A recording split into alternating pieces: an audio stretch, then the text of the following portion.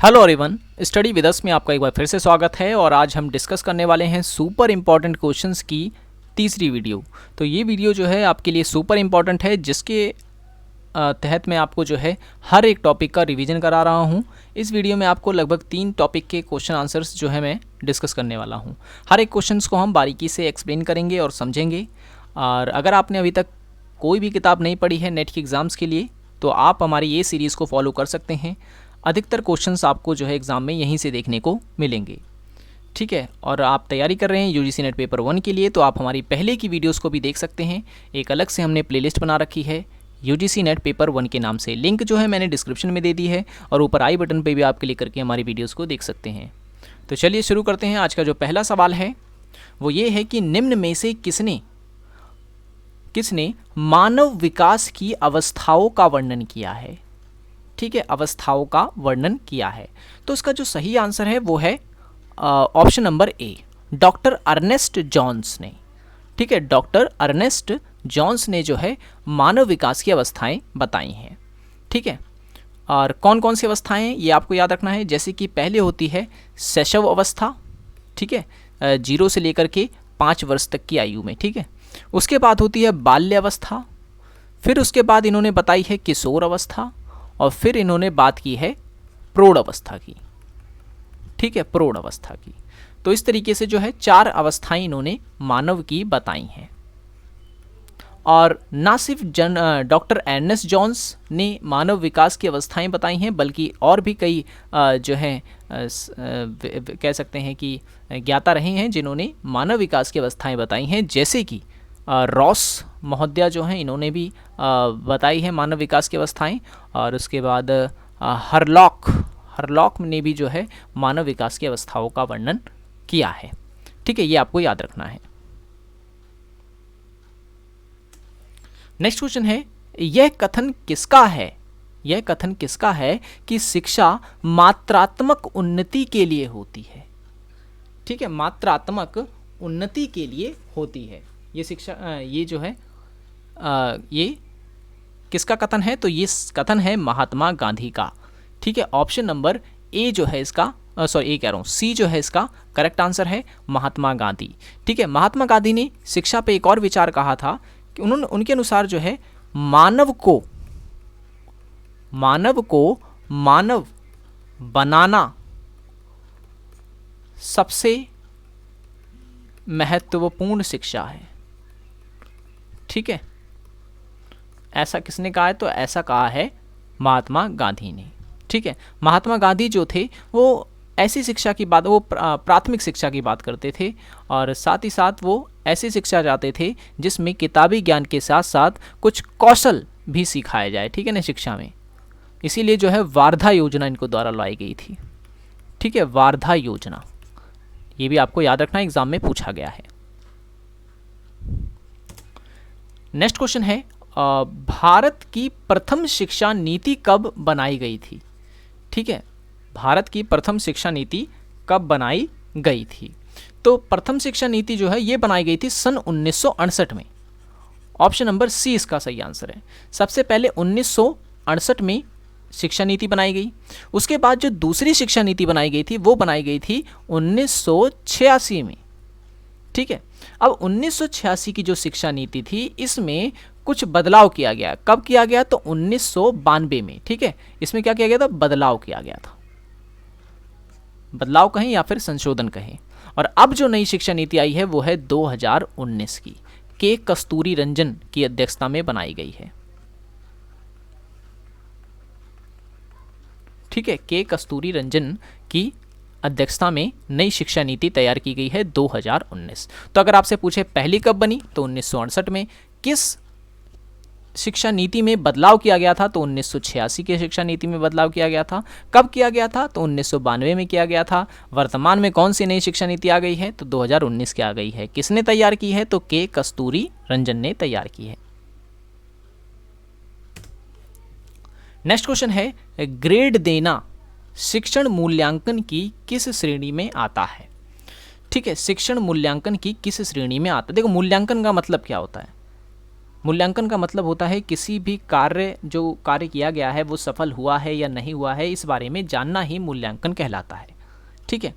अब मूल्यांकन जो होता है वो दो प्रकार का होता है। वैसे मैं इसका आंसर आपको दे दूं पहले कि ग्रेड देना जो है ये आता है संकलनात्मक शिक्षण मूल्यांकन में। ठीक है, संकलनात्मक मूल्यांकन का ये हिस्सा है।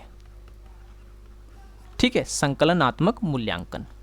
अब जो मूल्यांकन होता है ना, यहाँ मैं आपको बता दूं ये दो प्रकार का होता है। कौन कौन सा? तो आपको याद रखना है, एक होता है संकलनात्मक और दूसरा होता है निर्माणात्मक। यहाँ नीचे लिखा हो, मैं यहीं पे एक्सप्लेन कर दे रहा हूँ। ठीक है, एक होता है संकलनात्मक और एक होता है निर्माणात्मक। तो निर्माणात्मक पहले मैं बता दूं क्या होता है। निर्माणात्मक ये होता है कि जो कभी देखा होगा जो अध्यापक होते हैं वो कक्षा में छात्रों से सवाल पूछते हैं। ठीक है, कक्षा में ही छात्रों से सवाल पूछते हैं और कक्षा में ही उसका रिजल्ट बता देते हैं कि कौन सा बच्चा तेज है और कौन सा कमज़ोर है। ठीक है, प्रश्न वगैरह पूछ के बता देते हैं ऐसे ही। तो ऐसा मूल्यांकन कहलाता है निर्माणात्मक मूल्यांकन। जबकि जो संकलनात्मक मूल्यांकन क्या होता है, इसमें बड़ा प्रोसेस होता है। इसमें पहले छात्रों को पढ़ाया जाता है, फिर उसके बाद कुछ सीमाएं निर्धारित की जाती हैं, उनकी परीक्षा ली जाती है, फिर परीक्षाओं को जो है उनकी बारीकी से जांचा जाता है और तब जो परिणाम दिया जाता है ये कहलाता है संकलनात्मक मूल्यांकन। तो ग्रेड देना जो है वो संकलनात्मक मूल्यांकन का हिस्सा है। ठीक है, जबकि जो कक्षा में आम बातचीत के द्वारा जो सवाल वगैरह पूछे जाते हैं ये किसका हिस्सा है? तो ये निर्माणात्मक मूल्यांकन का हिस्सा है।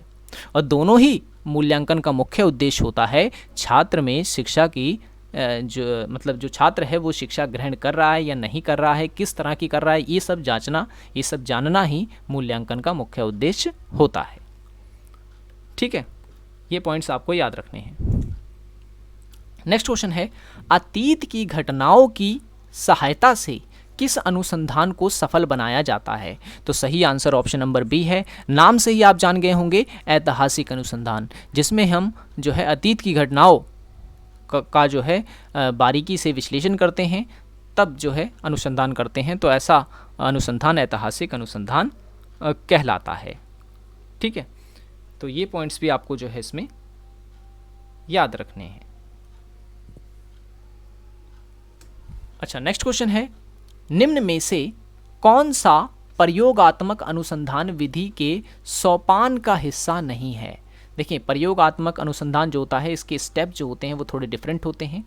ठीक है, कैसे होते हैं मैंने आपको बताया था, चक्रीय होते हैं। कल की वीडियो में बताया था ना मैंने आपको, प्रयोगात्मक अनुसंधान में जो चरण होते हैं अनुसंधान के वो चक्रीय होते हैं। तो इसमें कौन कौन शामिल होता है? तो समस्या की पहचान शामिल होता है, समस्या का चुनाव, समस्या की पहचान और परिकल्पना का निर्माण। जबकि सर्वेक्षण जो है ये शामिल नहीं होता। तो हमारा जो आंसर हो जाएगा इस क्वेश्चन का वो डी होगा। ठीक है, हिस्सा नहीं है हमसे पूछा गया है। ठीक है, तो ये नहीं वाले सवाल जो हैं आपको सही से इनके उत्तर देने हैं। इसमें जो है गलत काफ़ी हो जाते हैं सवाल।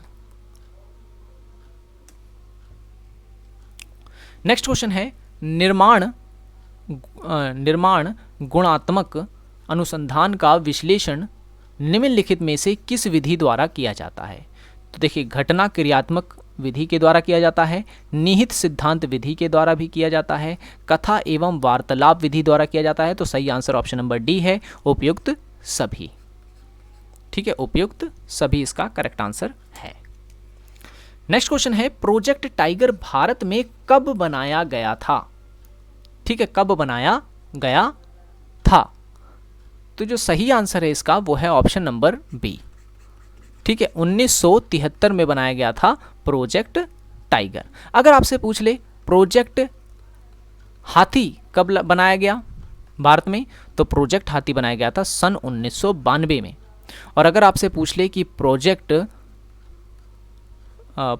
अच्छा डॉल्फिन, गंगा डॉल्फिन के बारे में अगर आपसे पूछ ले, गंगा डॉल्फिन के संरक्षण के लिए कानून कब बना, तो 1972 में। जो गंगा डॉल्फिन है ये भारत की राष्ट्रीय जलीय प्राणी है। ठीक है ना, राष्ट्रीय जलीय जीव कहेंगे इसे। ठीक है, गंगा डॉल्फिन।